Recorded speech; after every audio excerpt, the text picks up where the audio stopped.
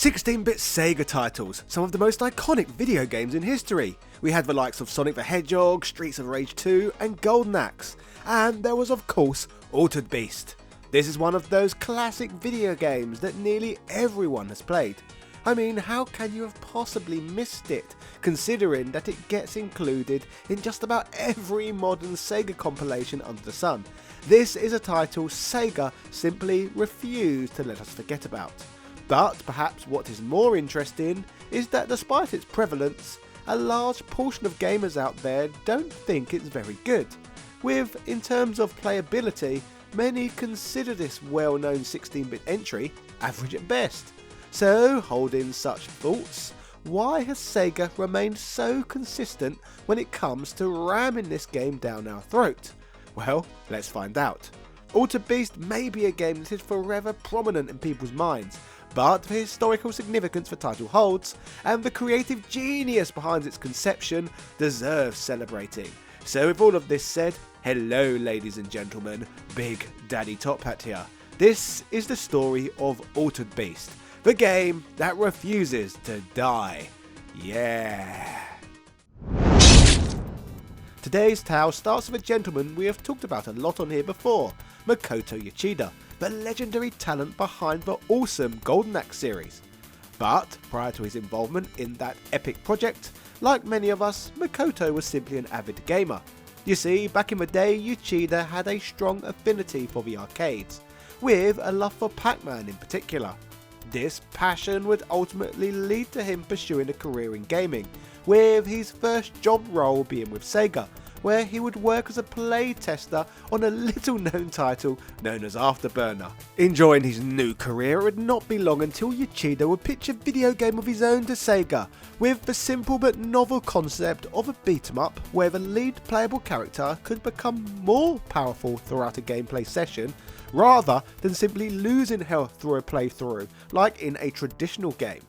While the concept was cool and certainly novel in principle, Sega didn't feel the idea was fleshed out enough, so Uchida would return to his play-testing job, where in his downtime he would continue to refine his interesting concept. This would eventually result in his passion project becoming Altered Beast, which he would officially begin developing for Sega once the company gave him the full green light to go ahead further. As the base concept grew, to build on his idea around power progression and ultimately transformations, influence would be taken from a 1981 horror movie known as The Howling, and perhaps more amusingly, the Michael Jackson music video Thriller. However, if you have played Altered Beast, you will realise inspiration didn't end there, as further ideas were drawn from the likes of the Seventh Voyage of Sinbad movie and Jason and the Argonauts, with the stop-motion model animations by Ray Harryhausen influencing the creation of the 80s video game. Speaking of Jason and the Argonauts, this also explains how Altered Beast would receive its ancient Greek setting, which would be chosen for the powerful character Uchida had in mind. In this conceptual phase of development, Uchida notes that with video games at the time, it was extremely difficult to express the details of the transformations he had in his head. But lucky for him, since the game was designed to run on the Sega 16 arcade board, the emerging technology offered the function of creating large pictures, which would allow Uchida to represent the character's metamorphosis effectively via building screen-filling transformation scenes. The purpose of such an art direction for the game was, according to Makoto, to show off flashy visuals that would surprise players. Reportedly, he would get his team to work on these now iconic transformation sequences for the game for months on end, and in addition to all of this, thanks to the System 16 board, this allowed his artists to add a huge amount of detail to the game's large and impressive character sprites. Utilising the power of Sega's arcade system meant that Altered Beast could include fantastic visual effects that could provide insane features in the game, such as limbs flying off of characters during combat for example. Scrutinising his project, Uchida was not a fan of some of his team's early sketches, so would work closely with artists to make his very specific ideas come to life. In fact, Uchida was so keen to make his exact ideas become a reality that the original lead designer for the game would even end up quitting the Altered Beast team, due to Makoto's lofty vision and demands. Eventually, Altered Beast, to excuse the pun, would transform into the very title we all know and are well aware of. The game would be a single plain side-scrolling beat-em-up that featured light platforming elements that could even be played up to 2 players simultaneously, which was pretty impressive of a time, since cooperative beat-em-ups were in their infancy, with the original Double Dragon game only coming out a year prior. The overall premise of Altered Beast would feature gamers playing as a character who is originally dead, but resurrected and empowered by the Olympian god Zeus to act as his champion. This simple concept is illustrated further with the unforgettable soundbite in the game that says, "Rise from your grave." Rise from your grave. The hero's task bestowed on him by Zeus is to rescue the goddess Athena from the underworld's evil ruler known as Neph, who appears at the end of every stage as a boss taking on different forms, an altered beast, if you will. The game lets players kick, punch and jump in combat, in action that takes place across 5 different levels, each of which offer a different ancient Greek setting. Across stages, gamers must take on an assortment of aggressive undead enemies and maniacal monsters, many of which resemble creatures from various aspects of Greek mythology. Defeating certain enemies within this experience, players can then obtain spirit ball power-ups that allow the hero they control to increase his strength and size. If 3 of these magic spheres are successfully collected, the hero will transform into a powerful beast. These additional form factors include the likes of werewolves, bears, tigers, and even a dragon, with each of these transformations housing their own unique abilities. For example, the werebear has breath that can petrify opponents, and the dragon can fire lightning bolts. In terms of the stages where each of these magical transformations take place, players get to brawl through the Acropolis of Hades, which is a graveyard of sorts, a cave functioning as the first steps towards the underworld, a further cavern deeply carved into a rock basin, a sanctuary that serves as the gates to the underworld palace, and finally the underworld itself. Which means level design wise that these stages are a cohesive narrative that features our hero descending deeper and deeper until he reaches his final destination. The game would first see release in arcades in the summer of 1988, appearing first in Japan under the name of Gyoki, a title I am definitely not going to be pronouncing right, but it roughly translates as Beast King Chronicle. When the game was new in arcades, this was a title that was instantly capable of grabbing players' attentions. Altered Beast was loud, colourful, and with its standout graphics and sound, you couldn't miss it. Offering an attract mode that showed off the epic full-screen transformations that Uchida was so proud of, no one was going to forget seeing this game in the arcades in a hurry. Featuring the inclusion of close-ups of the metamorphosizing hero's eyes, Uchida has noted previously it's basic human psychology to have your attention captured by big eyes, and the classic scene was intended to pump as much energy into just 5 seconds as possible. The game's loud sound effects paired with the at the time Sega 16-board state-of-the-art graphics would altogether make inserting coins into Altered Beast's slot simply irresistible for arcade goers. Everyone wanted to experience this visually impressive affair for themselves. As for the now famous gameplay involved in Altered Beast, many now agree when actually playing this alluring title that it's a lot more average than the hype and clever packaging suggests. Both the brawling and platforming can feel very slow and methodical, with the cool presentation and transformation gimmick carrying the game and drawing players in. But despite Altered Beast's flaws, the game made Sega great money in the arcades, particularly in the United States.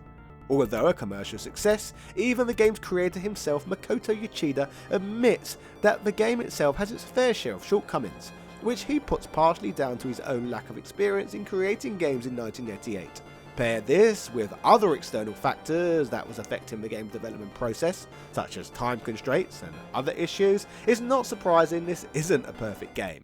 When it comes to ideas left on the cutting room floor, Uchida notes that he quirkily wanted Altered Beast cabinets to feature pressure-sensitive buttons that could detect the strength of the pressure applied to them. According to him though, implementing such a feature never came to fruition due to the patent holders of the technology considering Sega's order number to be too small for it to be profitable for them to produce units.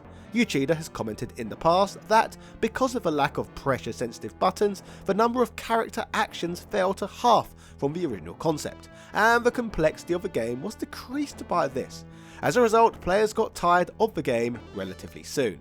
On the subject of this technology, it is worth adding that it was used for Capcom's 1987 Street Fighter game, with the deluxe cabinets, including these pressure-sensitive buttons. But such cabinets were plagued of issues, including players injuring themselves and the buttons wearing out too quickly, so it could be argued that Uchida and Sega made a lucky escape. Uchida has also gone on record to comment that the whole development process was very challenging for him, stating, "Altered Beast was my first game development experience, and I didn't know how to create the fun in the gameplay, and I struggled a lot. I did manage to build some gameplay balance, but only with the advice from an experienced lead programmer. Despite all these weaknesses though, which even the game's creator admits to being there, the game was still a coin-munching monster of a title, especially as mentioned earlier in the USA. This would mean when the Sega Megadrive was released in Europe, and the same system was released in North America as the Genesis, the console would come pre-packed with a copy of this attention-grabbing game. It seemed Sega were banking on the fact that the game's striking transformation animations would replicate the game's success in the homes, and as a result, Sega Megadrive controllers would soon be in Western consumers' little fat hands. In regards to the accolade of Altered Beast becoming the packing game, Uchida admits that when he first heard the news about this, he did not know what to expect, but thought it was terrific and could not wait to see the results. As for the Mega Drive conversion of the game, although still decent looking for its time, the more advanced graphical elements are missing from the game, such as no more pseudo 3D exploding body parts, with the game's difficulty being driven up too. The difference was that in arcades, players could just keep inserting quarters, or 20p pieces in Mine Nation's case, but on the Sega home console, players were only given 1 credit to complete the game. Many would speculate that the high difficulty that was being included in console games of the period was to stop gamers from renting titles from Blockbuster Video, then successfully beating said title in just one night. So, by ramping up the difficulty, it was a cheap and effective way of enhancing the game's playtime, even if it did result in frustrating situations. As popular as Altered Beast was in arcades, the home conversion that allowed for a regular repeat playthrough further exposed the game's shortcomings to the public, with the title's lack of depth being even more transparent and easy to see. Altered Beast in the home didn't quite have the allure it held in the arcade, thus meaning that in the early days of Sega's 16-bit console in the West, the Sega Genesis was not panning out to be the Nintendo killer that Sega of Japan had previously envisioned. In fact, if you really did want to play this game, you didn't even need a 16-bit Sega system to do so, as Altered Beast was also released on other hardware. These different versions of the game would deliver varied results. For example, there were acceptable versions available to play on the PC Engine and Sega Master System, but there were some downright embarrassing efforts too, published to be played on microcomputer formats. In a further odd piece of gaming history, Altered Beast, while the packing game for the Genesis to help take down the NES in North America, weirdly over in Japan, Altered Beast was made available to purchase on the Nintendo Famicom. The game is obviously terrible in comparison to what could be found on the Mega Drive, but the conversion developed by Asmic did add some new stages and even transformations, allowing players to turn into a lion, a shark and a phoenix. So that's something new at least. Comment below if you fancy a standalone video on this version of the game in the future. As for the 16-bit Sega home version of the game, the one everyone has played, Sega of Japan would stand staunchly by this title, hoping that it would help elevate Genesis sales, even though things could have certainly been going better. Under Tom Kalinski's leadership though, it would be decided that Sega of America wanted to switch Altered Beast out in favour of Sonic the Hedgehog. But the US Altered Beast arcade sales were so strong previously that Japan would try and block the change. With the Japanese board of directors disapproving of the plan, Hayao Nakayama would need to step in, informing Kalinski that "I hired you to make the decisions for Europe and the Americas, so go ahead and do it." So with that said, Sonic would indeed become the packing game, and the rest is history. Sonic the Hedgehog does what Altered Beast don't, and that helps shift console units. The chaotic speed and mass marketing appeal of the blue blur was a cultural phenomenon, leaving the dated Altered Beast in the dust. In regards to all of this, Uchida mentions that he would visit the USA 3 years after it was announced that Altered Beast would be bundled with the system in the region. He would visit multiple US stores, but could not find his bundle anywhere. Only Sonic the Hedgehog commenting that his biggest regret in his career was never visiting America back in the days when his game was being used to try and sell for Genesis. Despite the game not delivering quite the amount of success Sega were after with their Genesis hardware, the game's legacy and importance is undeniable.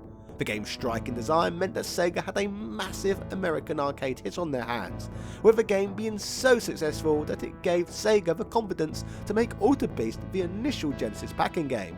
While the same level of success never fully translated to the homes, it's easy to see why Sega is so keen to continue to push this game. Even in Sega collections today, this one is capable of grabbing players' attention. Due to this, despite the gameplay itself being rather average, Alter Beast refuses to die. The game's great looking transformations, fantastic artwork and memorable voice samples means that we are all going to be hearing "Wise from your grave" for a long time to come. The game is simply that iconic and that important. Much like these classic Sega consoles that I made a nearly 2-hour documentary on. So check out my video on their untimely demise by clicking this link now. Yeah!